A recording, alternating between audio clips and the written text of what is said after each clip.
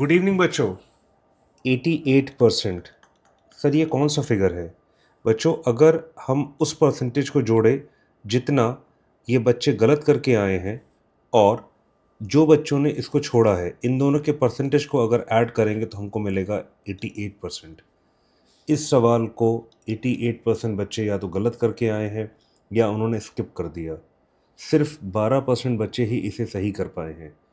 दिल इस बात पे टूट जाता है या दुख बहुत ज़्यादा होता है कि जो बच्चे क्लास 9 से तैयारी शुरू करते हैं, 10th 11th 12th 4 साल अपने वहाँ पढ़ाई में लगाते हैं, उसके बाद 1 साल या 2 साल की तैयारी करते हैं और एडवांस की स्टेज पर आते हैं और इस सवाल को देखते हैं जब, तो इस सवाल को सही नहीं कर पाते हैं। एग्ज़ामिनेशन से निकलने वाले हर 100 में से सिर्फ 12 बच्चे ही इस सवाल को सही कर पाए थे जेईई एडवांस 2020 में। क्या ये सवाल सच में इतना कठिन है कि सिर्फ 12 बच्चे ही 100 में से इसको कर पाए हैं? नहीं, इतना कठिन नहीं है। कहीं न कहीं हमारे कॉन्सेप्ट्स में कुछ न कुछ लैक हो रहा है। हम कुछ चीज़ें भूल रहे हैं या कुछ चीज़ों की प्रैक्टिस हमने सही तरीके से नहीं की है या हम प्रेशर में इस सवाल को डीकंस्ट्रक्ट करना भूल गए।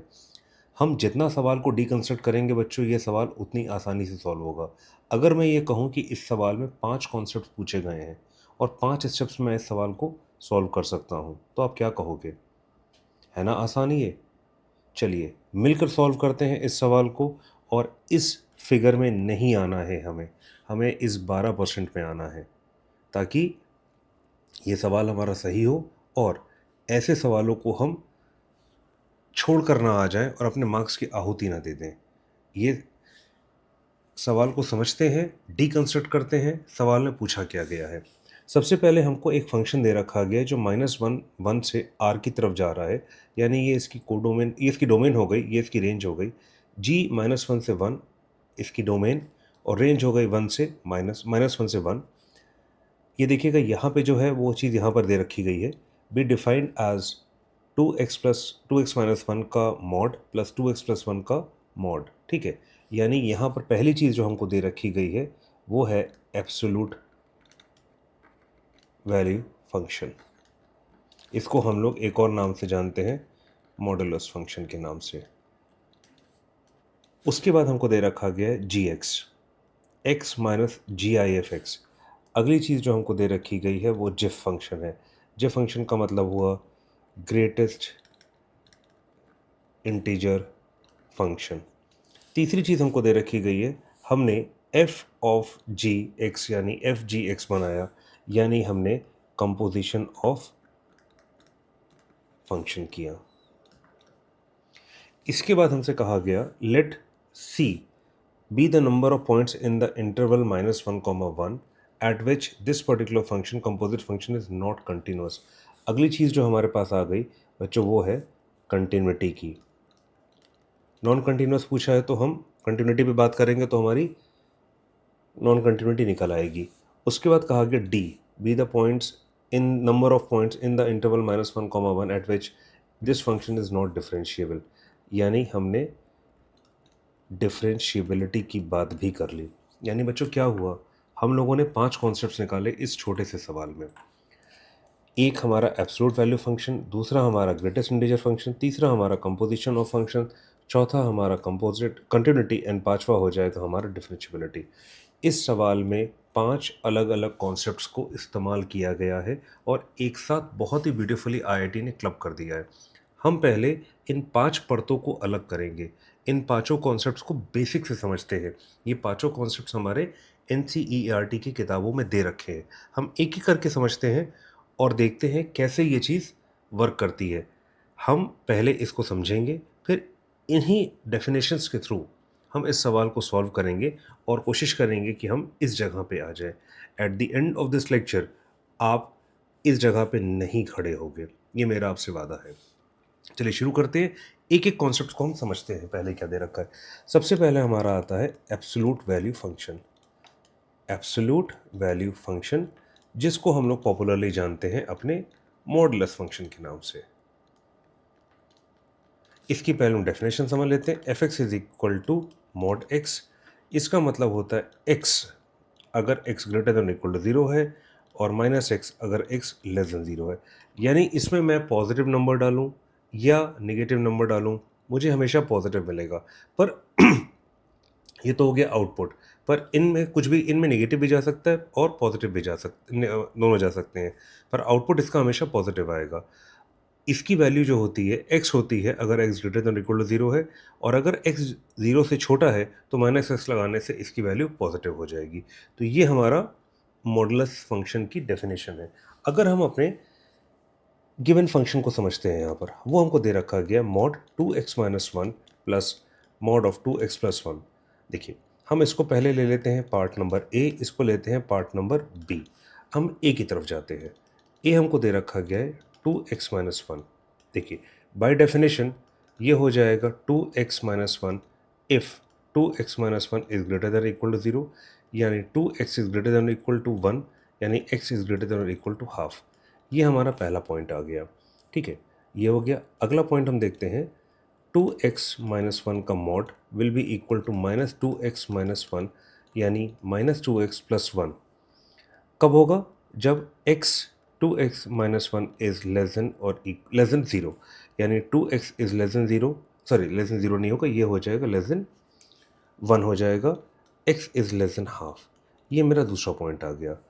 तो ये चीज़ ध्यान रखिएगा, यहाँ पर हमको हाफ मिला और हाफ मिला। ठीक है, कुछ वैल्यूज़ हमारी हाफ से बड़ी होंगी या उसके बराबर होंगी तो हमको 2x माइनस 1 मिलेगा, और अगर वो हाफ से छोटी है तो हमको -2x प्लस 1 मिलेगा। अब हम b को देखते हैं। b हमारा दे रखा है 2x प्लस 1। ये होगा 2x प्लस 1 के बराबर। कब? जब हमारा 2x plus 1 greater than equal to 0 होगा, यानी 2x is greater than equal to -1, यानी x is greater than equal to minus half. ये हमारी एक वैल्यू आ गई, और अगली वैल्यू हमारी आ जाएगी 2x plus 1 is equal to -2x minus 1 when 2x minus 1 is less than 2x plus 1 is less than equal to 0, यानी 2x इज़ लेस देन -1, यानी x is less than minus half. तो हमको क्या चीज़ मिल गई बच्चों? हमको यहाँ पर टोटल चार पॉइंट्स नहीं है, ये 4 इनइक्वालिटीज़ मिली है। क्या क्या इनइक्वालिटी मिली है? पहली इनइक्वालिटी मिली है x greater than equal to half. तब हमारा जो ये वाला फंक्शन है मॉडुलस के अंदर, वो मुझको 2x माइनस 1 दे देगा। अगला, जब x is less than half होगा तो ये फंक्शन मुझे दे देगा -2x प्लस 1। जब हम इसकी बात करते हैं, यानी 2x प्लस 1 की बात करते हैं, तो मुझे मिल जाएगा 2x प्लस 1। कब? जब हमारा x ग्रेटर देन और इक्वल टू होगा माइनस हाफ के बराबर, और 2x प्लस 1 हो जाएगा -2x माइनस 1 के बराबर जब हमारा x होगा माइनस हाफ से छोटा। ये हमारा एक पॉइंट आ गया, ये हमारा एक चीज़ है, ये हमारे लिए एक इम्पॉर्टेंट चीज़ है। देखिए, यही स्टेप को हम लोग कहते हैं डीकंस्ट्रक्शन। अभी मैं आप लोग को बहुत धीरे धीरे बता रहा हूँ, एग्जामिनेशन में आपको थोड़ा सा स्पीड से करना पड़ेगा क्योंकि आपको वहाँ टाइम गेन करना है। पर जब हम समझ रहे हैं तो जितना धीरे समझेंगे उतना अच्छा हम समझेंगे, और जहाँ पर भी आपको लगता है कि हमें नहीं समझ में आया, आप वीडियो को वापस जाकर देखिए, दोबारा समझने की कोशिश कीजिए, और कहीं पर भी आपको लगता है वो पर्टिकुलर पॉइंट आप कमेंट सेक्शन में बताइए, हम उसका एक रिक्लैरिफिकेशन वीडियो भी लेकर आएंगे। अब हम आते हैं अपने दूसरे पॉइंट की तरफ। हमारा दूसरा जो कॉन्सेप्ट दे रखा है वो है हमारा greatest integer function. Greatest integer function हो गया हमारा ये ग्रेटेस्ट इंटीजर फंक्शन। ये एक हमारा काफ़ी मिसअंडरस्टूड सा फंक्शन है। ठीक है, इसको हम डिनोट करते हैं, दो ब्रैकेट बनाते हैं, ठीक है, और उसमें x लिख देते हैं, और इसको हम लोग फ्लोर फंक्शन भी कहते हैं। देखिए, अगर मैं 3.5 लेता हूँ तो greatest integer function by definition होता है ग्रेटेस्ट इंटीजर लेस देन और इक्वल टू x, यानी इसका मतलब हो गया वो सारे इंटीजर जो कि 3.5 से छोटे होंगे या उसके बराबर होंगे। देखिए, क्या होगा, उसमें नंबर लाइन में प्लॉट करता हूँ तो ये हो गया 3.5, ग्रेटेस्ट इंटीजर लेस देन, इससे छोटा क्या इंटीजर हो जाएगा 3, 2, 1, 0, -1, ऐसे चलता जाएगा। ये सारे वो इंटीजर्स हैं जो 3.5 से छोटे हैं। इसमें सबसे बड़ा क्या है 3, तो इसका आंसर आ गया 3। यानी कई बार इसको हम लोग कहते हैं ड्रॉपिंग द डेसिमल। ठीक है, कई जगह ये आपको पढ़ने को मिलेगा, पर ये गलत स्टेप है। हम इस तरीके से अगर करने जाएंगे तो हमारा -3.5 क्या आ जाएगा, -3, जो कि गलत है। क्यों, इसको भी देख लेते हैं। हम -3.5 प्लॉट करते हैं, हमें निकालना है वो सारे इंटीजर जो इससे छोटे हैं। देखिए, अगर मैं -3 की बात करूँगा तो क्या होगा, वो -3.5 से बड़ा है। नेगेटिव के केस में जो नंबर लाइन है वो उल्टी चलती, इससे छोटा इंटीजर क्या होगा, -4, -5, -6, इस तरीके से चलता जाएगा। इन सब में सबसे बड़ा कौन सा है, वो है -4, तो इसकी वैल्यू आ जाएगी -4। ये एक ऐसा स्टेप है बच्चों जो गलती होने के चांसेस जिसमें ज़्यादा रहते हैं। हमें यहाँ पर वो गलती नहीं करनी है, ठीक है।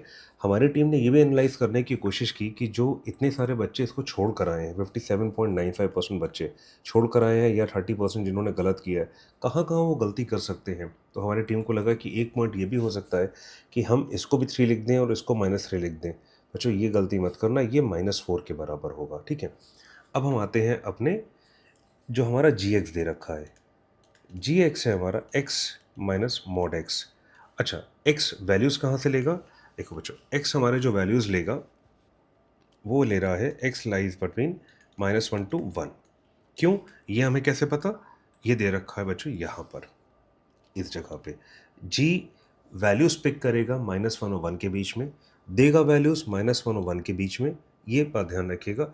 अब वो -1 से 1 के बीच में कौन कौन सी वैल्यू देता है, या कुछ वैल्यूज़ देता है, कुछ पर्टिकुलर इसके भी सब इंटरवल होते हैं, वो हम आगे देखते हैं। तो देखिए, जितना इस सवाल को आप डीप में समझेंगे उतना ही आपके लिए ये कॉन्सेप्चुअल क्लैरिटी, कॉन्सेप्चुअल हॉराइजन आपका ये वाइडन करेगा। देखिए, अब यहाँ पर मैं देखता हूँ 0, इसको मैं लिख सकता हूँ -1, 0 एंड 0, 1। देखिए, यहाँ पर मैंने दोनों ओपन इंटरवल है, ये पूरा ओपन इंटरवल है, यहाँ पे ये क्लोज्ड है, ये मेरा ओपन है। ये क्यों है ये भी हम समझते हैं। देखिए, मैथ्स की सबसे ब्यूटी यही है कि हम हर एक स्टेप को समझा सकते हैं। देखिए, हमने ज़ीरो इसलिए लिया क्योंकि ज़ीरो पर वैल्यू चेंज हो जाती है, ठीक है। किसकी, ग्रेटेस्ट इंटीजर फंक्शन की। कैसे, वो अभी हम देखते हैं। देखिए, for x belonging to -1, 0, greatest integer function की वैल्यू क्या हो जाएगी बच्चों, ये है आपके, अभी हमने देखा, ग्रेटेस्ट इंटीजर लेस देन और इक्वल टू दिस। तो इसमें जितने भी नंबर होंगे वो -1 से बड़े होंगे, तो उनसे छोटा इंटीजर कौन सा होगा, -1। तो यहाँ पर इस केस में वैल्यू आ जाएगी जी एक्स की, x माइनस ऑफ -1 यानी x+1, ठीक है बच्चों। तीसरा केस आ जाएगा, दूसरा केस हमारा आएगा, वो होगा x इज इक्वल टू 0। यहाँ पर जी एक्स की वैल्यू क्या हो जाएगी, 0 - 0 विच इज़ 0, ठीक है। और x जब बिलोंग करेगा 0, 1, तो यहाँ पर जी एक्स की वैल्यू हो जाएगी x माइनस, ये क्या हो जाएगा, mod greatest integer function x लिया, x माइनस इसमें जो integer less than positive side में जब लेंगे तो ये 0 आ जाएगा, ये मुझको दे देगा x, और ये चीज़ भी x के बराबर ही है when x is equal to 0।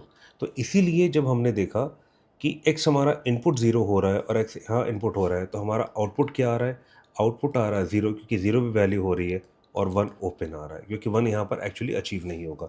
Therefore G X equal to x minus greatest integer function x belongs to closed 0 open 1। Closed इसलिए क्योंकि x वैल्यू 0 भी ले रहा है, और ओपन 1 इसलिए हम ले रहे हैं क्योंकि 1 की वैल्यू कभी अचीव नहीं करेगा, ठीक है।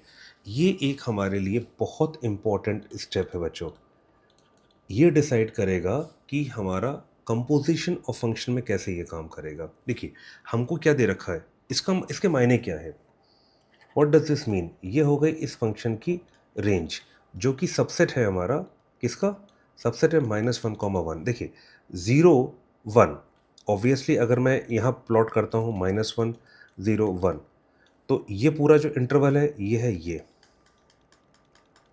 ये वाला इंटरवल हो गया। पर ये वाला इंटरवल कौन सा होगा, ये होगा हमारा ये वाला इंटरवल बच्चों, ये वाला, ये क्लोज हो गया और ये इंटरवल मैंने ले लिया, यहाँ पर ये चीज़ आ गई, इसका सबसेट।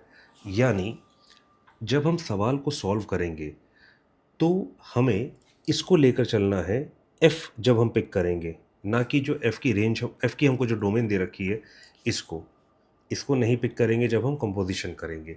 ये हमारे लिए एक बहुत ही इम्पोर्टेंट एस्पेक्ट था, इसको ध्यान रखिएगा कि g x will belong to closed zero open one. ये एक इम्पॉर्टेंट स्टेप है। क्यों, वो हमें आगे समझ में आएगा। अगर हम इसको नहीं समझेंगे बच्चों तो बहुत गलती होने के चांसेस है और हम एक अलग डायरेक्शन में मुड़ जाएंगे।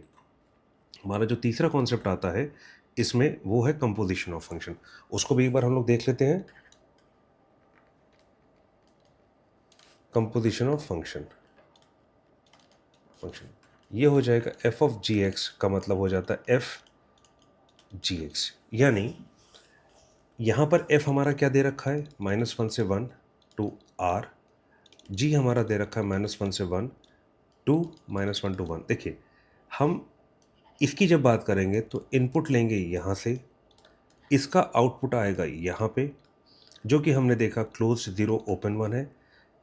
ये इसका सबसेट है, अगर गौर से देखा जाए तो इसका सबसेट ये है, ये बन जाएगा आपके input for F of ji X और ये हो जाएगा हमारा आउटपुट। यानी इनपुट से ये आउटपुट इसके अंदर मिला, ये सेम है। ये देखो बच्चों, ये चीज़ और ये चीज़ सेम है, ये ज़रूरी होगा। अगर ये सेम नहीं होगा तो हम इसको कंपोजिशन में नहीं ले पाएंगे। This has to be same as this one, और हमारा आउटपुट यहाँ आ गया। तो ये एक इम्पॉर्टेंट स्टेप है। हम इनपुट लेंगे -1, 1 से, आउटपुट देंगे -1, 1 के बीच में कुछ, जबकि हम जानते हैं वो स्पेसिफिकली होगा क्लोज ज़ीरो ओपन वन के बीच में। उसको हम पुट करेंगे यहाँ पर, जो वैल्यू आएगी वो हमारा कंपोजिशन डिफाइन करेगी। चौथी चीज़ आती है हमारे पास कंटिन्यूटी। हम continuity at x is equal to a, हमसे पूछा गया है कि non continuity at x is equal to a. ठीक है, नॉन कंटिन्यूटी किस पॉइंट्स पे आ रही है ये चीज़ पूछी गई है। तो हम पहले कंटिन्यूटी देख लेते क्या होता है। ये हो जाएगा limit as x tends to a minus F of X, continuity of F X ले लेते हैं अगर is equal to limit as x tends to a plus fx is equal to fa, यानी लिमिट फ्रॉम लेफ्ट, यानी इसको LHL भी कहते हैं, is equal to limit from right, इसको RHL भी कहते हैं, इज इक्वल टू FA।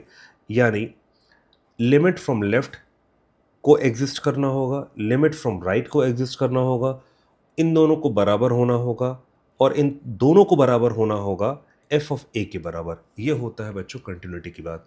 जब हम इस सवाल में देखेंगे नॉन कंटिन्यूटी, तो हो सकता है हमारे लिमिट डिफाइन ना हो, या इन तीनों में से कोई लिमिट आपस में इक्वल ना हो, तो वो हमारा नॉन कंटिन्यूटी आ जाएगा। और जो पांचवा कॉन्सेप्ट बच्चों हमारा इसमें समझना है वो है डिफरेंशिएबिलिटी का। ये एक इंपॉर्टेंट कॉन्सेप्ट है, इसमें भी हम वही करेंगे, left hand derivative differentiability at x is equal to a of function fx. Left hand derivative at x is equal to a should be equal to right hand derivative at x is equal to a। ये हमारे लिए एक important point है बच्चों, ये ध्यान रखना। और एक चीज़ और हम देखते हैं वो है non continuity at x is equal to a implies non differentiability at x is equal to a. ये हमारे लिए एक इंपॉर्टेंट पॉइंट है। तो बच्चों हमने 5 कॉन्सेप्ट्स अभी तक देखे, अभी हमने सवाल शुरू नहीं किया है, हमने खाली 5 कॉन्सेप्ट देखे। पहला देखा एब्सोल्यूट वैल्यू फंक्शन, जो कि हमारे एनसीईआरटी किताबों में बहुत अच्छे तरीके से समझाया हुआ है। सेकेंड हमने देखा ग्रेटेस्ट इंटीजर फंक्शन, जो फिर से हमारी एनसीईआरटी में समझाया हुआ है। इसके बाद हम आते हैं composition of function, again NCERT, continuity and differentiability, again NCERT. यानी ये पांचों चीज़ें, जो 5 कॉन्सेप्ट्स हमने यूज़ किए, ये है all are from NCERT 11th या 12th में है। ठीक है बच्चों, ये ध्यान रखिएगा। ये एक इम्पॉर्टेंट पॉइंट है कि हम इस सवाल में सिर्फ वही कॉन्सेप्ट्स यूज़ करने जा रहे हैं जो हमारे दे रखे हैं एनसीईआरटी। अब हम 5 स्टेप करेंगे, ठीक है, टोटल इस सवाल को सॉल्व करने के लिए। अब बढ़ते हैं हम सॉल्यूशन की तरफ। अच्छा देखो, हम जो सॉल्यूशन करेंगे ये होगा step by step. Step by step का मतलब ये हुआ कि जो पहला स्टेप मैं करूँगा, उसके बाद का जो स्टेप होगा वो पहले का लॉजिकल एक्सटेंशन होगा, उसके बाद का स्टेप बाकी पहले दो का लॉजिकल एक्सटेंशन होगा। हम स्टेप बाय स्टेप बढ़ेंगे। सबसे पहली चीज़ देखिए, हम स्टेप बाय एक्स में बढ़ने के लिए हमको दे रखा गया है एफ ऑफ जी एक्स, यानी शुरुआत हमें कहाँ से करनी है, we have to start from g x, ठीक है। हमारा जी एक्स बच्चों दे क्या रखा है, जी एक्स दे रखा है x minus greatest integer function x, ठीक है। और इसकी जो डोमेन है वो दे रखी गई -1, और अभी हमने थोड़ी देर पहले पीछे क्या देखा था सवाल में, देखिए यहाँ पर इस सवाल में हमने देखा था कि इसकी वैल्यू जो आती है वो आती है g x is equal to in -1, 0 g x is equal to x plus 1 होता है, in close 0, open 1 g x की वैल्यू होती है एक्स, ठीक है। अच्छा एक चीज़ देखिए, ये तो हो गई हमारे डोमेन, ये तो हमने जो इनपुट लिया, यानी डोमेन का मतलब हो गया हमारा इनपुट। हमारा आउटपुट कहाँ लाई करेगा, हमारा आउटपुट लाई करेगा बच्चों क्लोज 0 से ओपन, सॉरी, क्लोज 0 से ओपन 1 के बीच में। ये हमारे लिए एक बहुत ही इम्पॉर्टेंट बात है, इसको मैं फिर से एक बार लिख देता हूँ। G x is equal to x minus greatest integer function x belongs to closed 0 open 1 for all x belonging to -1, 1, ठीक है। ये हमारे लिए एक इंपॉर्टेंट स्टेप है बच्चों।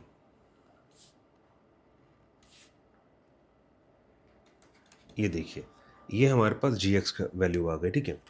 अब हम देखते हैं इसको सॉल्व कैसे करना है, ठीक है। और इसको लिखा जा सकता है, और इसको मैं लिखूंगा ऐसे, x plus 1 when x belongs to -1, 0 और x when x belongs to close 0 open 1, ठीक है बच्चों। ये भी हमारे लिए एक इम्पॉर्टेंट पार्ट है, इसको भी हम लोग यहाँ मार्क करके रख लेते हैं क्योंकि इसकी हमें ज़रूरत आगे पढ़ने वाली है, ठीक है। ये हमको बता रहा है कि ये कहाँ कहाँ लाई करेगा, where g x will lie, और ये बता रहा है वॉट इज जी एक्स। अभी इसकी ज़रूरत हमें पड़ेगी एफ एक्स में, ठीक है। अब हम आते हैं एफ एक्स पर बच्चों, जो हमारे लिए अगला स्टेप है, ठीक है। बच्चों अब हम लोग देखते हैं अपने एफ एक्स को। एफ एक्स हमारा दे रखा है mod 2x minus 1 plus 2x plus 1 का मॉड, ठीक है। अब एक चीज़ देखिए, हम यहाँ पर ने कहा था कि जो भी स्टेप हम करेंगे, ये स्टेप नंबर 2 जो है हमारा, इस वाला ये होगा logical extension of step number 1। Step number 1 से हमें क्या मिला, हमें मिला कि जी एक्स की जो वैल्यू है वो क्लोज 0 से ओपन 1 के बीच में लाई करें। देखिए यहाँ पर एफ एक्स की वैल्यू आनी कहाँ से चाहिए, लॉजिकली -1 से 1 के बीच में आनी चाहिए। क्यों, क्योंकि सवाल जो दे रखा है हमको शुरुआत में, एकदम अगर गौर से देखें तो ये देखिए हमको दे रखा है ये वाली वैल्यू यहाँ से आनी चाहिए, पर ऐसा तो हम करेंगे, ऐसा होगा नहीं। क्यों, क्योंकि हम कंपोजिशन की बात कर रहे हैं। जब हम कंपोजिशन ऑफ फंक्शन की बात करते हैं तो हमें देखना होगा कि एफ ऑफ जी एक्स का मतलब क्या होता है, ये होता है f of ji x. G x जो भी वैल्यू देगा वो ओपन 0 क्लोज 1 के बीच में लाई करेगा, यानी एफ की जो भी वैल्यूज़ यहाँ पर हम कंसिडर करेंगे कंपोजिशन में, वो लाई करेगी क्लोज 0 से ओपन 1 के बीच में, तो जो इसका एक सबसेट भी है। तो -1, -1 के अंदर लाई करता है क्लोज 0 ओपन 1, ठीक है। तो इसलिए हम यहाँ पर we will consider only those values of x, ठीक है, in f of gx, ठीक है, where gx belongs to close 0 open 1, ठीक है। यानी fx को मैं लिखूंगा 2x minus 1 plus 2x plus 1, और इसका मैं बिहेवियर चेक करूंगा इन क्लोज्ड 0 ओपन 1, ठीक है।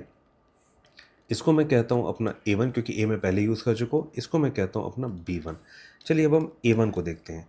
a1 में हमारे पास दे रखा है 2x माइनस 1 और इसको हमें कंसिडर करना है, इसका बिहेवियर देखना है क्लोज्ड ज़ीरो हाफ के बीच में। क्यों? क्योंकि इसमें कहीं ना कहीं बीच में बच्चों हाफ लाई करेगा और हम देख चुके हैं कि जब हम इसको हाफ ले, यहाँ पर देखिए हमने क्या देखा था बच्चों, यहाँ पर हमने देखा था कि हाफ पे इसकी वैल्यू चेंज हो जाती है, ठीक है। हाफ से छोटा लेते हैं तो ये दे देता है -2x प्लस 1 और हाफ से बड़ी वैल्यू लेते हैं, ग्रेटर देन लेते हैं तो ये 2x माइनस 1 देता है, ठीक है। तो यानी हाफ से जब छोटी वैल्यू लेंगे और ज़ीरो हाफ, इसलिए देखिए यहाँ पर ये आ गया, तो यहाँ पर कहीं हाफ लाई करेगा तो मैं इसका टोटल जो ब्रेकडाउन देखूंगा वो इसमें और इसमें देखूंगा। ये हाफ से छोटी वैल्यू है तो ये मुझे क्या दे देगा, ये दे देगा मुझे जो हमने पहले लिखा हुआ था -2x प्लस 1, ठीक है। और 2x प्लस 1 जो हमारा b1 है, ठीक है, वो क्या दे देगा इन ज़ीरो हाफ, ये ओपन हाफ है, ये दे देगा मुझे 2x प्लस 1, ये दे देगा मुझे सिंपली 2x प्लस 1। अगर मैं इन दोनों को ऐड करता हूँ तो मेरा fx क्या आ जाएगा, ये आ जाएगा simply 2 in close zero open half. ये आ गया कांस्टेंट फंक्शन, ठीक है बच्चों। ये ध्यान रखिएगा, ये हमने ऐड किया हुआ, ठीक है। हम हाफ में इसलिए देख रहे हैं क्योंकि हाफ में इसकी वैल्यू चेंज होती है, ये इसका एक क्रिटिकल पॉइंट है, ठीक है। अब हम देखते हैं fx की वैल्यू जो 2x माइनस 1 है और 2x प्लस 1 है मॉड के साथ in half closed end open 1। देखिए इस केस में क्या हो जाएगा, इसको मैं a2 कहता हूँ, इसको मैं b2 कहता हूँ।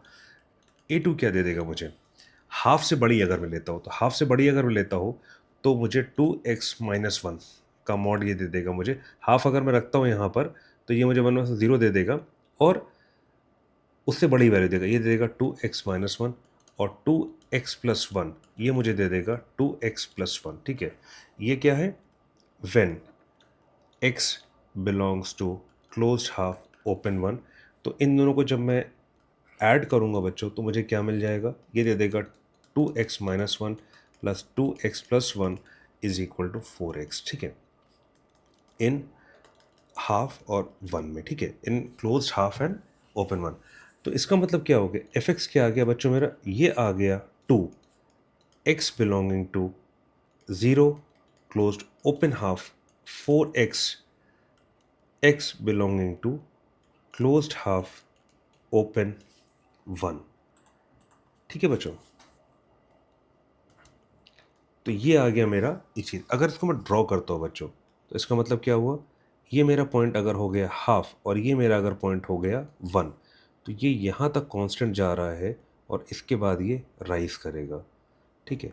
तो ये कांस्टेंट हो गया, ये वाला पोर्शन, ये 2 हो गया, ठीक है, 0,2 ये यहाँ तक ऐसे जा रहा है और ये मेरा 4 तक जा रहा है, ठीक है। और इसका जब हम डेरिवेटिव लेंगे तो वो आ जाएगा 4, यानी ये राइज कर रहा है, ठीक है।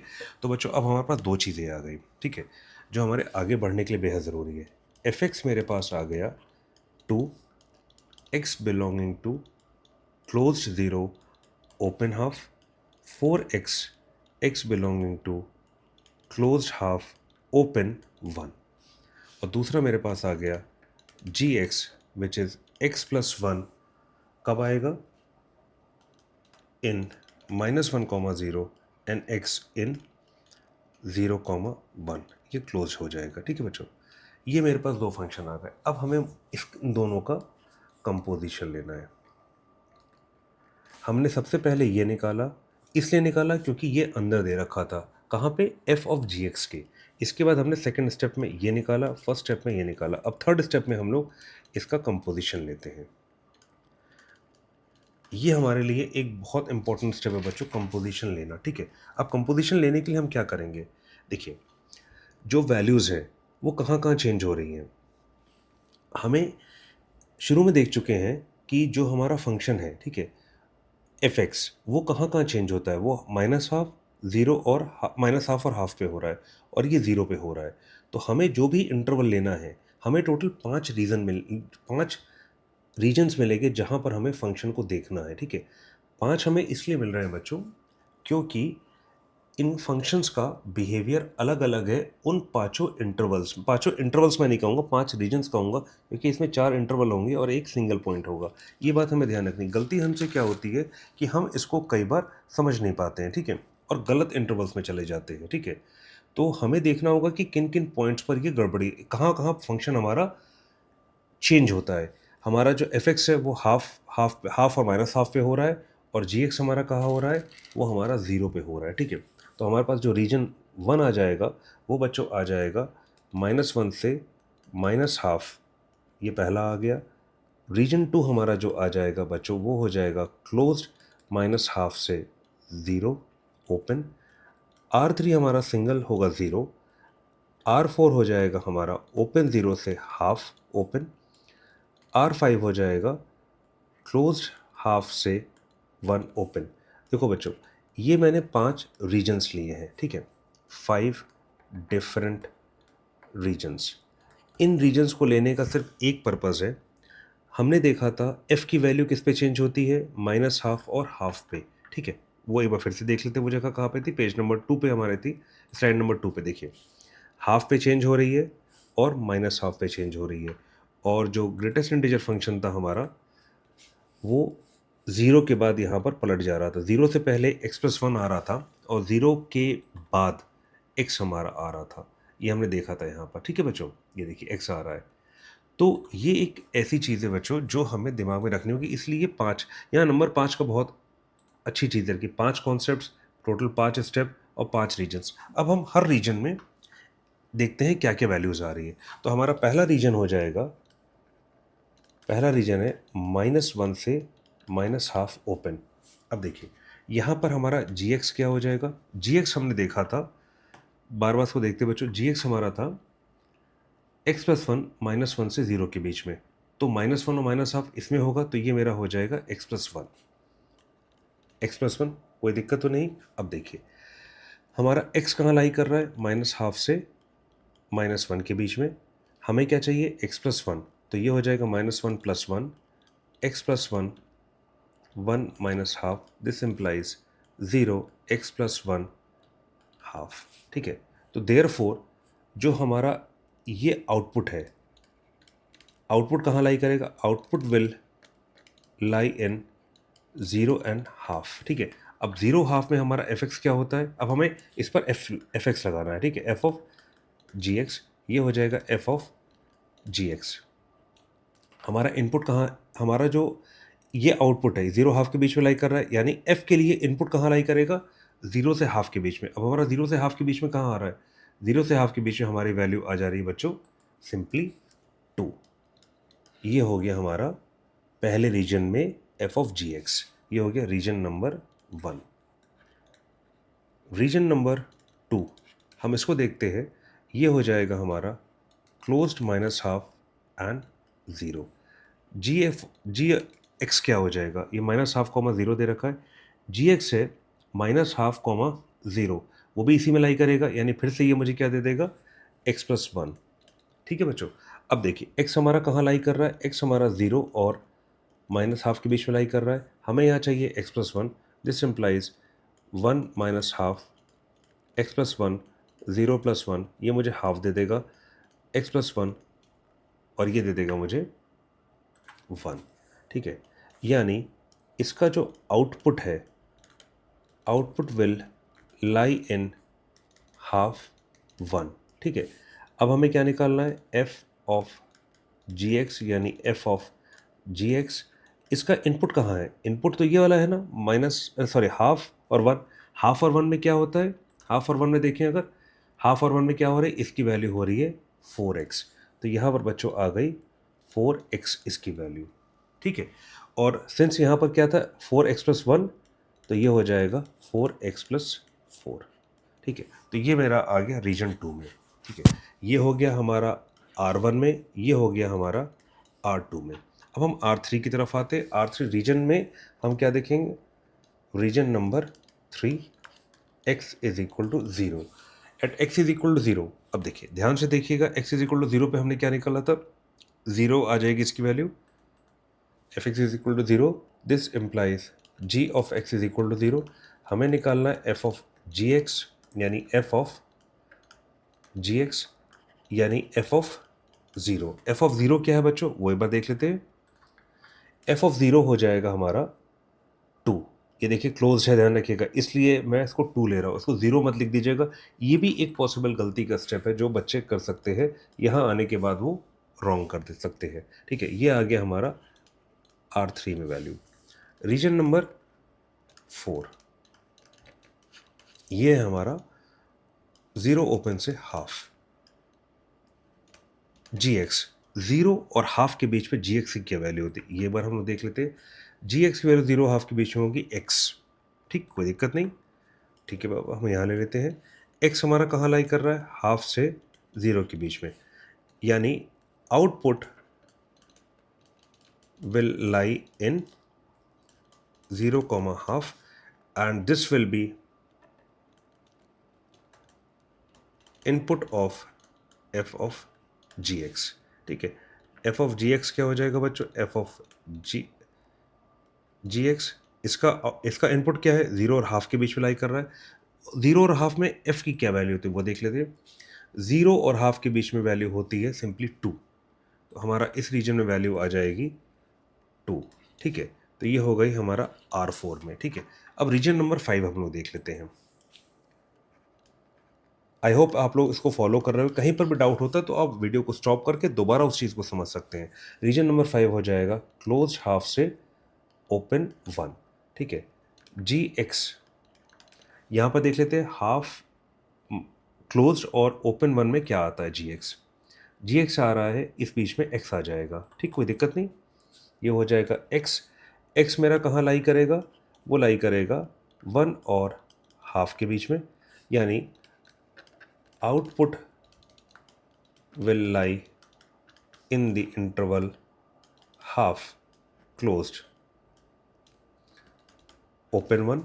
ठीक है, this will be input for F of ji x. F of ji x क्या हो जाएगा बच्चों, ये हो जाएगा f of ji x.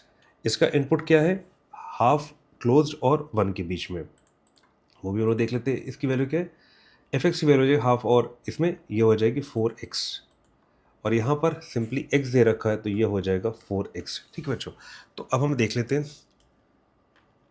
Reason 1 हमारा था सिंपली -1 से -हाफ, यहाँ पर एफ ऑफ जी एक्स आ जाएगा हमारा 2। रीजन 2 हो जाएगा -हाफ क्लोज से 0। ठीक है, इसमें एफ ऑफ जी एक्स आ जाएगा 4x + 4, कोई दिक्कत नहीं बच्चों इसमें।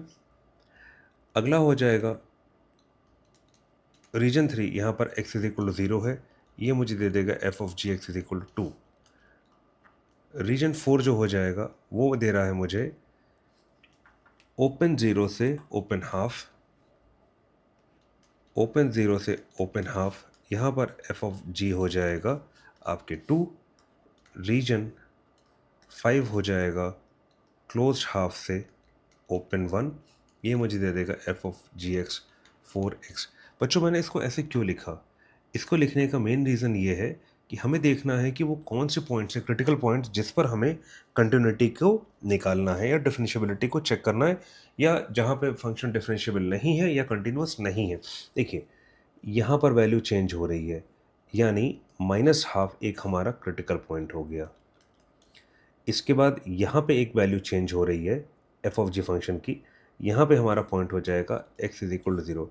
ये दोनों वैल्यू सेम है तो ये हमें क्रिटिकल पॉइंट नहीं दे रहा है, बट यहाँ पे हमारी वैल्यू चेंज हो जा रही है, 2 से 4x हो जा रही है, और यहाँ पे जो पॉइंट आ रहा है वो x is equal to half. यानी हमारे जो 3 पॉइंट्स आ गए जिस पर हमें डिफरेंशिएबिलिटी और कंटिन्यूटी या नॉन डिफरेंशिएबिलिटी या नॉन कंटिन्यूटी चेक करनी है, वो ये क्रिटिकल पॉइंट्स हैं। ये कैसे आए, हमें देखना होगा कि फंक्शन वैल्यू कहाँ चेंज कर रहा है, वही हमारे क्रिटिकल पॉइंट्स होंगे, वहाँ पे कंटिन्यूस है कि नहीं। भाई अगर ये चीज़ 2 चल रही है -1 से -हाफ के बीच, तो ये तो फंक्शन कंटिन्यूस है ना। ठीक है, स्ट्रेट लाइन हो गई, कॉन्स्टेंट फंक्शन कंटिन्यूस। इसके बाद यहाँ से यहाँ पर आने के बाद माइनस हाफ से माइनस हाफ जब चेंज होती है वैल्यू, ठीक है, माइनस हाफ पे ये फंक्शन की वैल्यू चेंज हो जा रही है। हमें उस पॉइंट पर देखना है कि वो फंक्शन कैसा बिहेव कर रहा है, कंटिन्यूस है कि नहीं, डिफरेंशिएबल है कि नहीं। तब हम चेक करते हैं कंटिन्यूटी एट दिस पॉइंट, ठीक है। हमारा चौथा स्टेप हो जाएगा बच्चों continuity at x is equal to half, ठीक है। इसमें हमें क्या निकालना है, LHL, यानी ये हो जाएगा limit as x tends to half minus f of gx, ठीक है। यानी माइनस हाफ से छोटी वैल्यू लेते हुए f ऑफ g लेना है। माइनस हाफ से छोटी वैल्यू लेते हुए जब हम इधर बढ़ेंगे तो वो इस जगह पे लाई करेंगे ना बच्चों, माइनस हाफ से छोटी वैल्यू तो इधर होंगी, इधर तो इससे बड़ी होंगी, तो यहाँ पर सिंपली वैल्यू आ गई LHL की 2, ठीक है बच्चों। इस केस में हमारा RHL क्या आ जाएगा, limit as x tends to half plus f of gx। अब हम हाफ प्लस से आ रहे हैं, ठीक है। हाफ प्लस का मतलब कितना हुआ, माइनस हाफ प्लस, यानी इधर से आ रहे हैं, तो ये मुझे दे देगा 4x प्लस 4, ठीक है। माइनस हाफ हो जाएगा बच्चों, थोड़ा सा गड़बड़ी कर दें, माइनस हाफ हो गया, ये माइनस हाफ दे रहा है, ये मुझे दे देगा 4 ऑफ माइनस हाफ प्लस 4, ये मुझे दे देगा -2 प्लस 4 विच इज़ 2। ये और ये बराबर आ गया, पर हमारे लिए एक स्टेप और भी है, f of minus F sorry ये हो जाएगा यहाँ पर एफ ऑफ जी लेना है, कंपोजिट फंक्शन की बात कर रहे हैं ना हम लोग यहाँ पे। एफ ऑफ जी एक्स ये हो जाएगा हाफ, माइनस हाफ का पे क्या दे रहा है वैल्यू वो देख लेते हैं। माइनस हाफ पे इसकी वैल्यू आती है 4x प्लस 4, यानी सिंपली मुझे दे देगा 4 माइनस हाफ प्लस 4, यानी -2 प्लस 4 यानी 2, यानी LHL is equal to RHL is equal to f of minus half at x is equal to minus half at x is equal to minus half. तो यानी इस point पे ये continuous है, ठीक है बच्चों। अब हम चेक करते हैं continuity at x is equal to plus half, ठीक है। LHL क्या हो जाएगा, limit as x tends to half minus f of gx, यानी हाफ से मैं छोटी वैल्यू लेते हुए आ रहा हूँ। हाफ से छोटी वैल्यू किधर होंगी बच्चों, ये वाली होंगी, तो इसकी वैल्यू 2 दे देगा मुझे, ये सिंपली मुझे 2 दे दे रहा है। अगर मैं RHL लेता हूँ तो ये दे देगा limit as x tends to half plus f of gx, ये मुझे दे देगा हाफ से बड़ी वैल्यू लेते हुए बढ़ रहा हूँ, हाफ से बड़ी वैल्यू लेते बढ़ूंगा मैं, तो ये 4x दे देगा। 4x को मैं जब हाफ रखूँगा तो ये हो जाएगा 4 इंटू हाफ विच इज़ 2, ये बराबर आ रहा है, ये बराबर आ रहा है। अब हम निकाल लेते हैं f of g half, g half पे क्या इसकी वैल्यू आ जाएगी, g हाफ पे इसकी वैल्यू आ जाएगी 4x, यानी 4 इंटू 1/2, ये दे देगा 4 into 1/2 which is 2। Therefore RHL LHL is equal to f of half, ठीक है, जो कि 2 दे रहा है, यहाँ पर भी 2 दे रहा था ये। तो एट ये किस में निकाला हमने, ये हमने निकाला है at x is equal to half, तो यानी ये भी हो जाएगा कंटिन्यूअस, ये हो जाएगा continuous at x is equal to minus half और continuous at x is equal to half. अब हम चेक करते हैं अपना तीसरा point, continuity at x is equal to 0, ठीक है। लिमिट LHL हो जाएगा बच्चों, limit as x tends to 0 minus F of gx, 0 से छोटी वैल्यू से हम लेकर चल रहे हैं, देखिए 0 से छोटी वैल्यू से अगर हम लेकर चल रहे हैं तो ये दे देगा मुझे 4x प्लस 4 यानी 4, ये दे देगा मुझे 4। और RHL हमारा क्या हो जाएगा, RHL हो जाएगा बच्चों हमारा limit as x tends to 0 plus f of gx, यानी 0 से बड़ी वैल्यूज़ लेते हुए हम लोग बढ़ रहे हैं, 0 से जो बड़ी वैल्यूज़ लेते हुए बढ़ रहे हैं तो इधर की तरफ, यानी इसकी वैल्यू हो जाएगी 2। तो बच्चों क्या हो गया, LHL is not equal to RHL, therefore non continuous at x is equal to 0, और हमारा यही इम्प्लाई करेगा non differentiable at x is equal to 0। तो हमसे क्या पूछा गया है, हमसे पूछा गया बच्चों, हमसे पूछा गया है वो सारे point C is the number of points in the interval this at which f of g is not continuous। Zero पे कंटिन्यूस नहीं है, जो इसके बीच में लाई कर रहा है। तो हमारे c की वैल्यू क्या आ गई बच्चों? c की वैल्यू आ गई 1। ठीक है, अब हम d निकालने जा रहे हैं, डिफरेंशियबिलिटी। ठीक है, ये सवाल थोड़ा सा लेंदी है पर बहुत कॉन्सेप्चुअली रिच सवाल है बच्चों, तो इसको हमें बिल्कुल छोड़ना नहीं है, ये करके आना है, क्योंकि तभी हमारे कॉन्सेप्ट वहाँ पर यूज़ होंगे। मैं ये नहीं कह रहा कि ये सवाल दोबारा आ जाएगा, बट हाँ, इस सवाल से हम बहुत से अपने कॉन्सेप्ट्स क्लियर कर सकते हैं और देख सकते हैं कि क्या ब्यूटी है आईआईटी मैथमेटिक्स की। एग्जामिनर्स 5 डिफरेंट चीज़ों को कैसे परत दर परत छुपाकर आपके सामने उसको रख सकते हैं। 12 बच्चों ने सही किया ना 100 में से, यानी उनके कॉन्सेप्ट्स क्लियर थे। हमें भी उन 12 को चैलेंज करते हुए उस कैटेगरी में आना है। ठीक है, अब हम चेक करते हैं डिफरेंशियबिलिटी।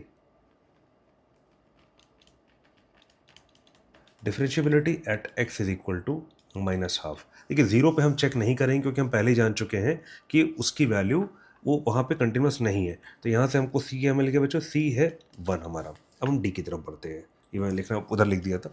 डिफरेंशियबिलिटी का मतलब क्या हुआ? Left hand derivative should be equal to right hand derivative, यानी लिमिट ये निकालेंगे, d y by d x निकालेंगे इसका। ठीक है, माइनस हाफ से छोटी, अगर मैं माइनस हाफ से छोटी वैल्यूज़ लेते हुए बढ़ रहा हूँ तो मुझे क्या मिलेगा?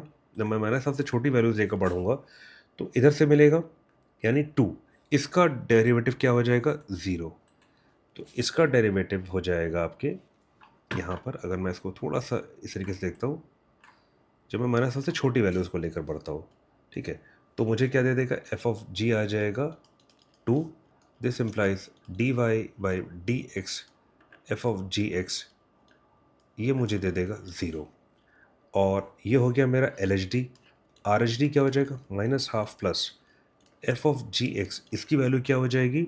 इसको देख लेते हैं, माइनस हाफ से बड़ी वैल्यूज लेकर चलते हैं। माइनस हाफ से बड़ी वैल्यू लेकर चलेंगे तो ये मुझे 4x प्लस 4 दे देगा। तो ये दे देगा मुझे 4x plus 4। This implies d y by d x f of ji x, ये मुझे दे देगा सिंपली 4।